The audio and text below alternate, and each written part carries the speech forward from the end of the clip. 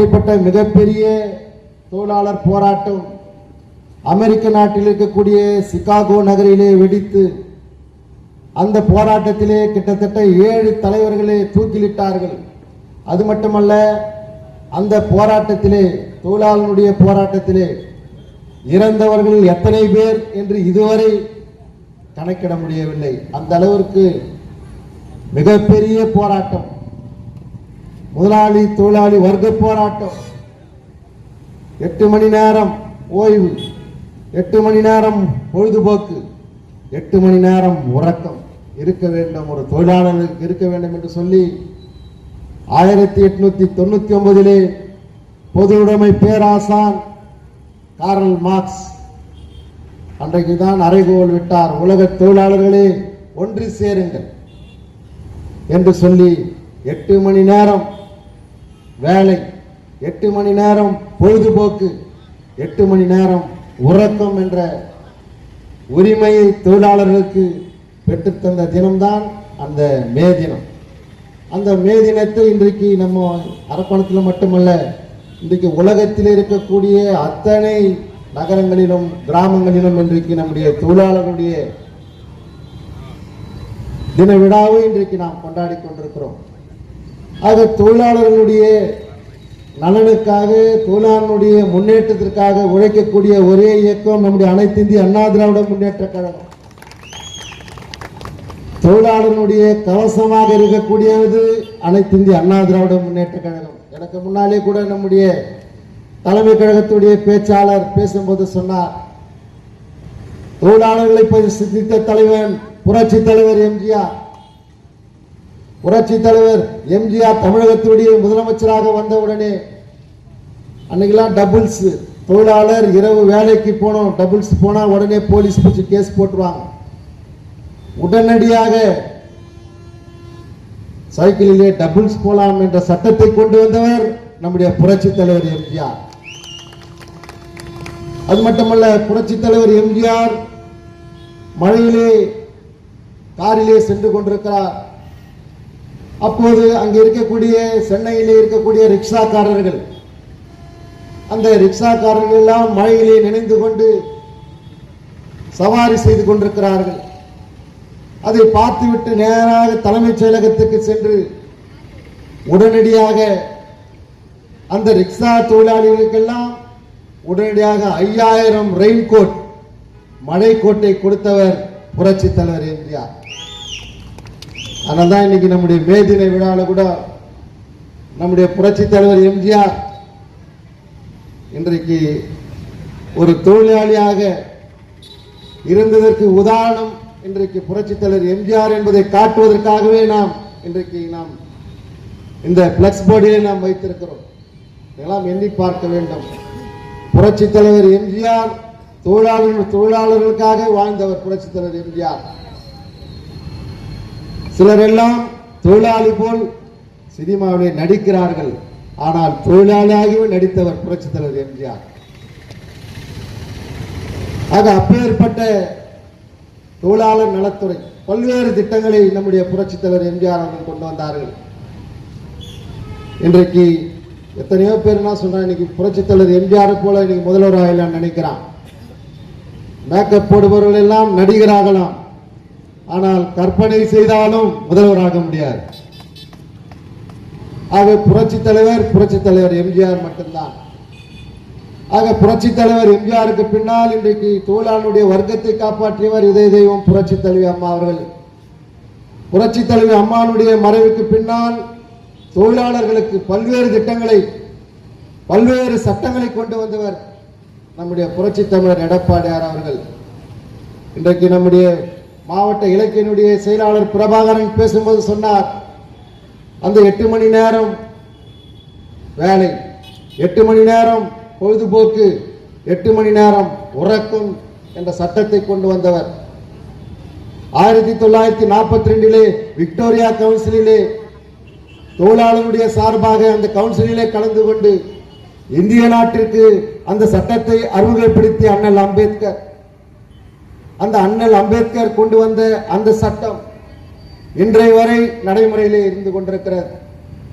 அந்த சட்டத்தை இன்றைக்கு தமிழகத்தினுடைய முதலமைச்சராக இருக்கக்கூடிய மு.க. ஸ்டாலின் இன்றைக்கு வைத்திருக்கக்கூடிய தொழிலாளர் நலத்துறை, தமிழகத்தினுடைய தொழிலாளர் நலத்துறை, அது இன்றைக்கு மு.க. ஸ்டாலினுடைய ஆட்சியிலே தொழிலாளனுடைய நலத்துறை அல்ல, தொழிலாளனுடைய விரோதத்துறையாக இன்றைக்கு மாறிக்கொண்டிருக்கிறது. இன்றைக்கு அந்த 8 மணி நேரம் உறக்கம், 8 மணி நேரம் பொழுதுபோக்கு, 8 மணி நேரம் வேலை என்ற அந்த சட்டத்தை கடந்த சட்டமன்ற கூட்டத்தொடரிலே ஒரு அரை மணி நேரத்திலே ஒரு மிகப்பெரிய சட்டம், அந்த சட்டத்திற்கு விரோதமாக மு.க. ஸ்டாலின் இந்த தொழிலாளர்களுக்கு விரோதமாக 8 மணி நேர வேலையே 12 மணி நேரம் சட்ட முன்னோடியை சட்டமன்றத்திலே கொண்டு வந்தவன் மு.க. ஸ்டாலின். கொண்டு வந்து தமிழ்நாட்டு மக்களுக்கு, தமிழ்நாட்டு தொழிலாளருக்கு மிகப்பெரிய துரோகத்தை இழுத்தவர். ஆனால் மறுநாளே நம்முடைய புரட்சி தலைவர் எடப்பாடியார் உடனடியாக குரல் கொடுத்தார். அண்ணல் அம்பேத்கர் அவர்கள் 8 மணி நேரம் வேலை, 8 மணி நேரம் உறக்கம், 8 மணி நேரம் பொழுதுபோக்கு என்ற சட்டத்தை கொண்டு வந்து தொழிலாளருடைய நலனுக்காக அன்றிலிருந்து இன்று வரை இருக்கக்கூடிய அந்த சட்டத்தை, 8 மணி நேரம் வேலை செய்யக்கூடிய சட்டத்தை இன்றைக்கு 12 மணி நேரம் வேலை செய்ய வேண்டும் என்று தொழிலாளர்களுக்கு துரோகமாக, முதலாளிகளுக்கு சாதகமாக ஒரு சட்டத்தை நீ கொண்டு வந்திருக்கிறாய். இது அனைத்து இந்திய அண்ணா திராவிட முன்னேற்ற கழகம் ஏற்றுக்கொள்ள மாட்டோம். மாநிலம் தழுவிய போராட்டத்தை நாங்கள் நடத்துவோம் என்று அனைத்து இந்திய அண்ணா திராவிட முன்னேற்ற கழகமும் தொழிலாளர்களும் வெகுண்டு எழுதார்கள். மறுநாள் உடனே அந்த சட்டத்தை நிறுத்தியவர்தான் மு.க. ஸ்டாலின். மக்கள் விரோத போக்கை இன்றைக்கு மு.க. ஸ்டாலின் கையாண்டு கொண்டிருக்கிறார். இன்னைக்கு மு.க. ஸ்டாலினுடைய 4 ஆண்டு கால ஆட்சியிலே தொழிலாளர்களுக்கு ஏதாவது செய்திருக்கிறார் என்று சொன்னால் எதுவும் செய்யல, ஒண்ணுமே செய்யவில்லை. இன்றைக்கு நம்முடைய புரட்சி தலைவர் எடப்பாடியார் தமிழகத்தினுடைய முதலமைச்சராக இருந்த போது இந்த போக்குவரத்து கழகத்திலே 16,000 பேருக்கு வேலை கொடுத்தார். அதுமலை 16,000 பேருந்துகளை வழங்கி 7,000 தொழிலாளர்களுக்கு வேலை கொடுத்தார்கள்.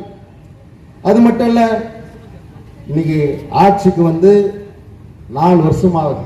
மு.க. ஸ்டாலின் ஆட்சிக்கு வந்து 4 வருஷம் ஆகுது. இன்னும் ஒரே ஒரு பேருந்து கூட வாங்கல.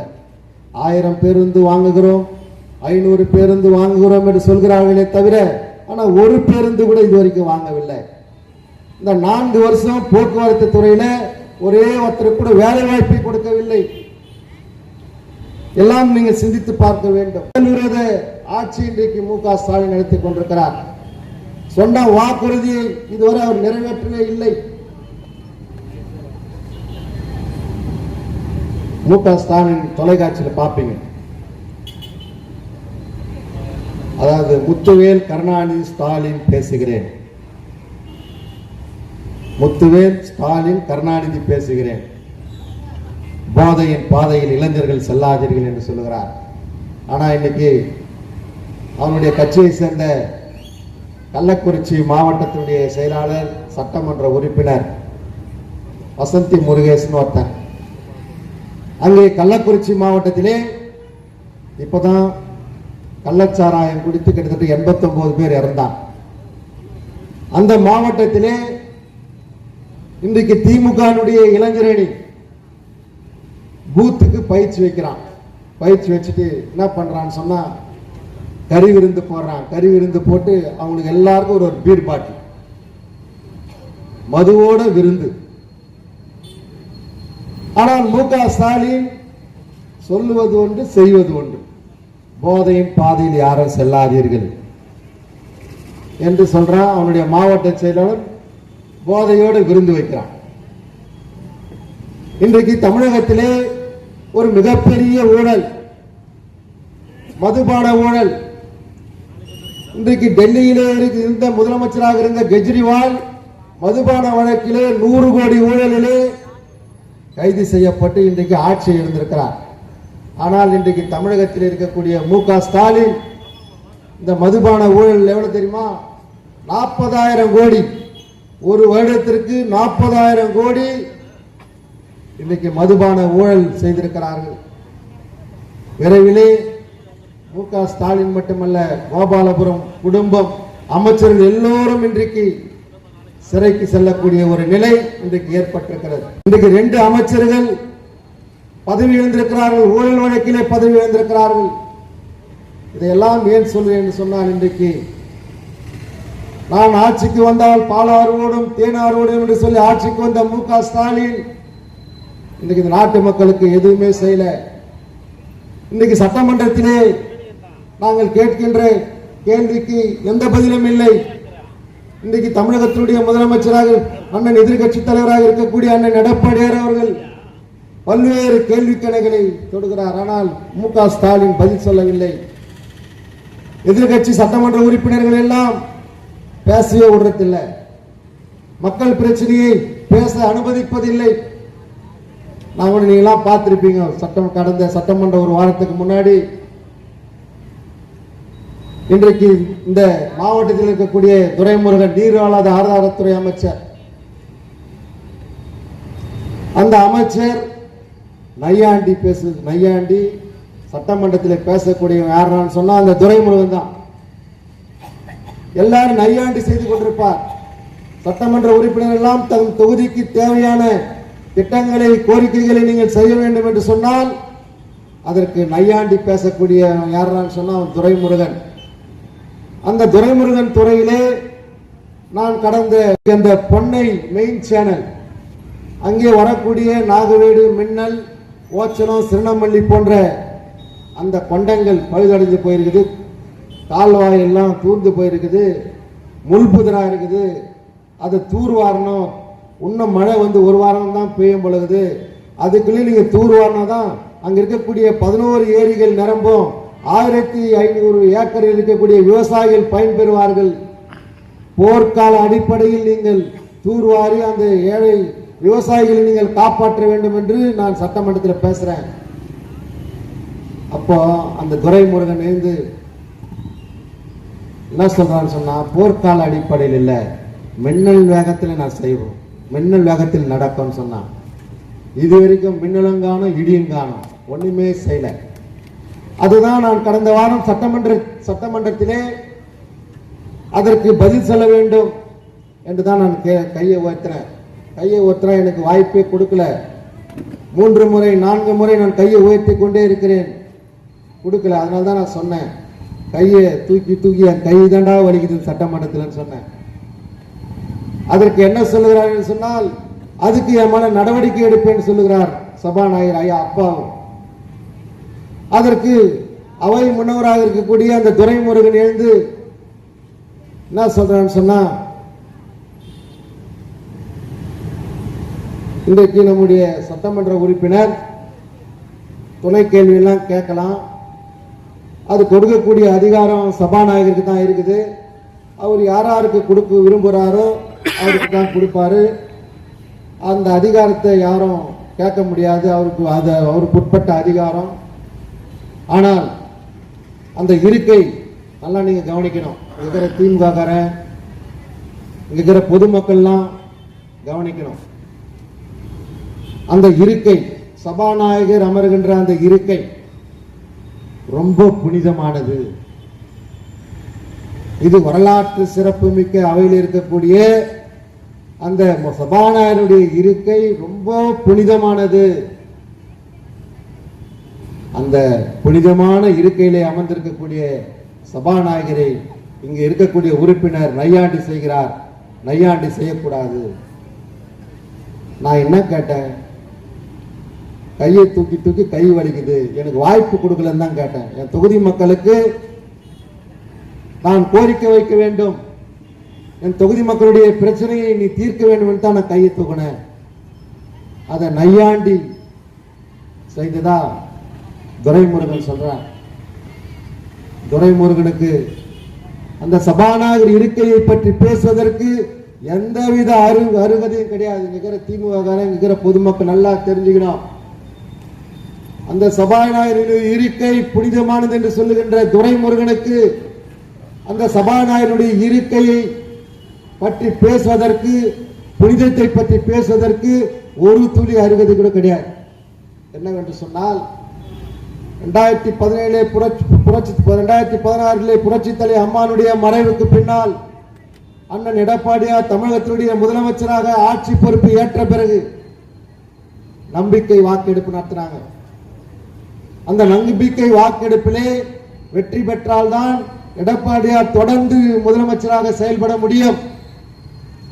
அந்த நம்பிக்கை வாக்கெடுப்பு சட்டமன்றத்திலே நடக்கிற போது அன்றைக்கு இந்த திமுக காரன் பண்ண அட்டகாசம் யாருமாங்க? அங்க இருக்கக்கூடிய திமுக சட்டமன்ற உறுப்பினர்கள் அன்பழகன் ஒருத்தன், வெள்ளிவாக்கம் ரங்கநாதன் ஒருத்தன், நம்ம கட்சியிலிருந்து திமுகவுக்கு போய் சட்டமன்ற உறுப்பினர் அண்ணாநகர் கூகா செல்வம் ஒருத்தன், 3 பேர் சட்டமன்ற உறுப்பினர்லாம் சேர்ந்து திமுக சட்டமன்ற உறுப்பினர்லாம் சேர்ந்து அந்த புனிதமான இருக்கைன்னு சொல்றானே துரைமுருகன், அந்த புனிதமான இருக்கையிலே அமர்ந்திருந்த அண்ணன் தனபால் அவர்களை கையை பிடித்து இழுத்து கீழே தள்ளி அந்த சபாநாயகர் இருக்கையெல்லாம் உடைத்து அந்த இருக்கையில போய் அந்த வில்லிவாக்க ரங்கநாதன் உட்கார்ந்தான். அவனை எழுப்பிட்டு அன்பழகன் உட்கார்ந்தான், சட்டமன்ற உறுப்பினர் அன்பழகன் உட்கார்ந்தான். அன்பழகனை எழுப்பிட்டு கூகா செல்வம் உட்கார்ந்தான். 3 பேர் உட்கார்ந்தான். 3 பேர்ல 2 பேர் செத்து போயிட்டான். கூகா செல்வமும் அன்பழகனும் 2 பேருமே செத்து போயிட்டான். அடுத்த சட்டமன்ற கூட்டத்தொடரிலே இல்ல. அப்பேற்பட்ட அராஜகம் செய்தவர்கள் திமுகவினர்.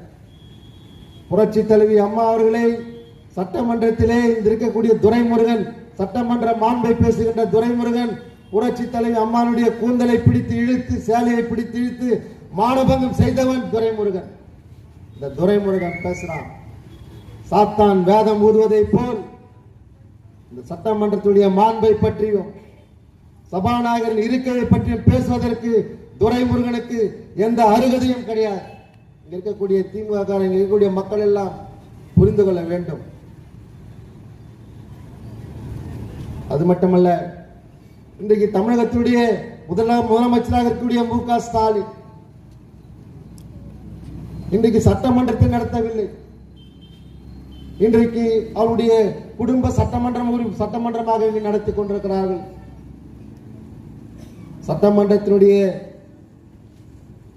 சட்டமன்றத்தில் நடக்கக்கூடிய நிகழ்ச்சிகளை நாங்கள் ஆட்சிக்கு வந்த உடனே மொத்தம் ஒளிபரப்புவோம். ஆனால் ஒளிபரப்புல அண்ணன் எதிர்கட்சி தலைவர் சட்டமன்றத்தில் பேசினா உடனே நேரலை கட்டு. அந்த நேரலையை போட்டா தமிழ்நாட்டு மக்கள் இந்த வருகின்ற 2026 சட்டமன்ற தேர்தலில் மு.க. ஸ்டாலினும் திமுக காரனும் ஊருக்குள்ளே வர முடியாது. அந்த அளவிற்கு இன்றைக்கு மிகப்பெரிய மக்கள் விரோத ஆட்சியை இன்றைக்கு தமிழ்நாட்டிலே நடத்தி கொண்டிருக்கிறார். என்ன சொல்றார்? நம்பர் 1 முதலமைச்சர் சொல்றான். அவனே நம்பர் 1 மாநிலம், நம்பர் 1 முதலமைச்சர் எங்க பார்த்தா. ஆனா எதுவுமே நடக்கல. நம்பர் 1 மாநிலம் எதிரான சொன்னா இன்றைக்கு கடனாளி மாநிலம். இந்திய திருநாட்டில் இருக்கக்கூடிய 28 மாநிலத்திலே முதல் கடனாளி மாநிலம் தமிழ்நாடு. ஒரு வருஷத்துக்கு 1 லட்சம் கோடி கடன் வாங்குறான். ஒரு வருஷத்துக்கு 1 லட்சம் கோடி, 4 வருஷத்துக்கு 4 லட்சம் கோடி. அவருடைய பீரியட் 2026 முடிவதற்குள்ள 10 லட்சம் கோடி கடன் தமிழ்நாடு. கடனாளி கடனில் வாங்குவதிலே தமிழ்நாடு தான் முதல் மாநிலம். சரி, கடனை வாங்குற ஏதாவது முதலீடு தமிழ்நாட்டிலே முதலீடு பண்ணிக்கிறான்னு கேட்டா முதலீடு பண்ணல. தன்னுடைய குடும்பம் தான் முதலீடு பண்ணிக்குது.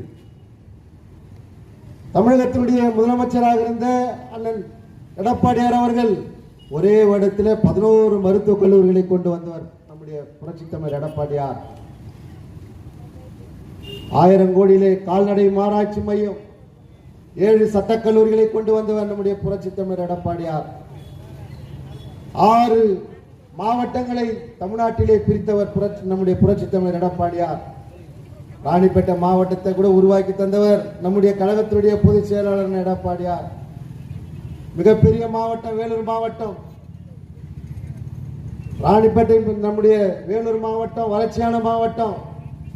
நலத்திட்டங்கள் எல்லாம், வளர்ச்சி திட்டங்கள் எல்லாம் மக்களுக்கு விரைவாக போக வேண்டும் என்று சொல்லி இந்த மிகப்பெரிய வேலூர் மாவட்டத்தை 3ஆக பிரித்து ராணிப்பேட்டை மாவட்டமாக உருவாக்கி தந்தார் மிகப்பெரிய ராணிப்பேட்டை மாவட்ட ஆட்சியர் அலுவலகம் 110 கோடியிலே கட்டி திறந்து கொடுத்தார் நம்முடைய எடப்பாடியார் அவர்கள். மாவட்டம் உருவாகி 4 வருஷமாவது. இருக்கிற திமுக இருக்கிற மக்கள் எல்லாம் தெரிந்து கொள்ள வேண்டும். இதுவரை ஒரு மாவட்ட மருத்துவக் கல்லூரி வந்திருக்குதா? நம்முடைய மாவட்டத்திற்கு வரவில்லை. இன்றைக்கு மாவட்ட மாவட்டத்துடைய அமைச்சராக இருக்கிற காந்தி சட்டமன்றத்தில் வந்து தூங்கி இருக்கிறார். இந்த மாவட்ட மக்களுக்கு எந்த திட்டமும் அவர் கொண்டு வரல. எந்த திட்டமும் கொண்டு வருவதற்கு சட்டமன்றத்திலும் பேசவில்லை. தான் சார்ந்திருக்கிற துறையிலே இன்றைக்கு வேட்டி சேலை வழங்குவதில் இன்றைக்கு ஊழல் செய்து கொண்டிருக்கிறார். அந்த கைத்தறி துறையிலே எந்த திட்டமும் இந்த ராணிப்பேட்டை மாவட்டத்திற்கு வரவில்லை. இந்த மாவட்டத்துடைய அமைச்சர், அந்த துறையினுடைய அமைச்சர் ஒரு திட்டம் கூட கொண்டு வரல. தமிழகத்தினுடைய எதிர்கட்சி தலைவராக இருந்த மு.க. ஸ்டாலின் கிராம சபை ஒன்று நடத்தினார். கிராம சபை நடத்தி ஒரு பொட்டி வச்சார். இந்த பொட்டியில எல்லாம் பெட்டிஷனை போடுங்க, அந்த சாவியை பூட்டிட்டு என் பாக்கெட்டில் வச்சுக்கினேன், நாங்கள் ஆட்சிக்கு வந்தோடனே 100 நாளுக்குள்ள உங்களுடைய பிரச்சனையை தீர்ந்துருவேன். இந்த பணப்பாக்கத்தில் நெசவாளர்கள் அதிகமாக இருக்கிறாங்க, நாங்கள் வந்தவுடனே ஜவுளி பூங்கா கொண்டு வரேன் என்று சொல்லிவிட்டு போனார். இன்றைக்கு இந்த மாவட்டத்துடைய அமைச்சர் இருக்கிற திமுகவை நான் பார்த்து கேட்கிறேன். அது வேறு துறை, வேற அமைச்சராக இருந்தால் பரவாயில்லை. இன்றைக்கு அந்த துறையினுடைய அமைச்சர், உங்களுடைய தமிழகத்துடைய முதலமைச்சர் அன்றைக்கு இருந்த எதிர்கட்சி தலைவர் மு.க. ஸ்டாலின் பணப்பாக்கத்திலே நான் ஜவுளி பூங்காவை நான் அமைக்கிறேன் என்று சொல்லிவிட்டு போனார். இன்றைக்கு அந்த துறை அமைச்சராக இருக்கக்கூடிய காந்தி என்ன செய்து கொண்டிருக்கிறார்? இதுவரை ஜவுளி பூங்கா வந்ததா? எந்த பூங்காவும் வரவில்லை. அது மட்டுமல்ல, இன்றைக்கு நம்முடைய அனைத்து இந்திய அண்ணா திராவிட முன்னேற்ற கழகத்தில் புரட்சி தலைவர் அம்மா அவர்கள் இருக்கிற போது ராணிப்பேட்டை மாவட்டத்திற்கு அரக்கோணத்திலே ஒரு அரசு கலைக்கல்லூரியை கொடுத்தார்கள். அது மட்டுமல்ல, நம்முடைய புரட்சி தலைவர் எடப்பாடியார் தமிழகத்துடைய முதலமைச்சராக இருந்த போது சோளிங்கர் நகரிலே ஒரு அரசு கலைக்கல்லூரியை கொடுத்தார்கள்.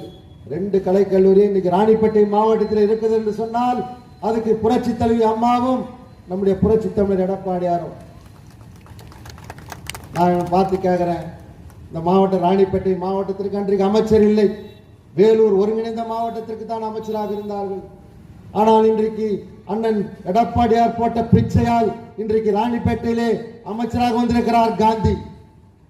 இந்த ராணிப்பேட்டை மாவட்டத்திலே ஒரே ஒரு கல்லூரியை இந்த மாணவர்களுக்காக, இளைஞர்களுக்காக நீங்கள் கொண்டு வந்திருக்கிறீர்களா? கலைக்கல்லூரி, நாங்கள் 2 கலைக்கல்லூரியை கொண்டு வந்திருக்கிறோம். நீங்கள் மருத்துவ இந்த மாவட்டம் பிரிந்திருக்கிறது, மாவட்ட மருத்துவக் கல்லூரியை நீங்கள் கொண்டு வரவில்லை. அது மட்டுமல்ல, இன்றைக்கு ஒரே நான் இந்த மந்திரி பார்த்து கேட்கிறேன், நீ மருத்துவக் கல்லூரி கூட மத்திய அரசு கொடுக்கணும். உனக்கு மத்திய அரசு தராது, மத்திய அரசு உனக்கு கொடுக்காது, மாநில அரசு கொடுக்கலாம். நான் கேடுகட்ட இந்த அமைச்சரை பார்த்து கேட்கிறேன், ஏன்னா ஒரு பாலிடெக்னிக் இல்லையே இந்த மாவட்டத்தில், ஒரு பாலிடெக்னிக் எத்தனை கூட உங்களுக்கு யோகியத்தை இல்லையே. ஒரு பாலிடெக்னிக் கொண்டு வருவதற்கு கூட ஒரு யோகியதை இல்லாத இந்த திமுக அமைச்சராக இருக்கிற காந்தி இன்றைக்கு கோடி கோடியாய் இன்றைக்கு கொள்ளையடித்துக் கொண்டிருக்கிறார். இங்க திமுக காரன் எல்லா திமுக காரனே முடிவு வச்சுட்டான். இன்னைக்கு கொள்ளையடிக்கிறவன் மாவட்ட அமைச்சர்லேருந்து இன்னைக்கு முதலமைச்சருக்கு கொள்ளையடிச்சுக்கிறான். நம்மளுக்கு அதுக்கு பங்கு வரல, இதாடும் ஆட்சி ஓய்ண்டான்னு முடிவு பண்ணிட்டான் திமுக காரன். வருகின்ற இந்த சாலை அமைக்கின்ற பணிகள், இன்றைக்கு சாலை அமைக்கின்ற பணிகளுக்கு 24% வாங்குறான், லஞ்சம் வாங்குறான். 24%. அது நெடுஞ்சாலைத்துறையாக இருந்தாலும், இன்றைக்கு ஊரக வளர்ச்சி துறையாக இருந்தாலும், இன்றைக்கு 24% இன்னைக்கு இந்த திமுக ஆட்சியில் லஞ்சம் வாங்குறான். 25% லஞ்சம் வாங்கினா ரோடு எங்கடா போட முடியும்?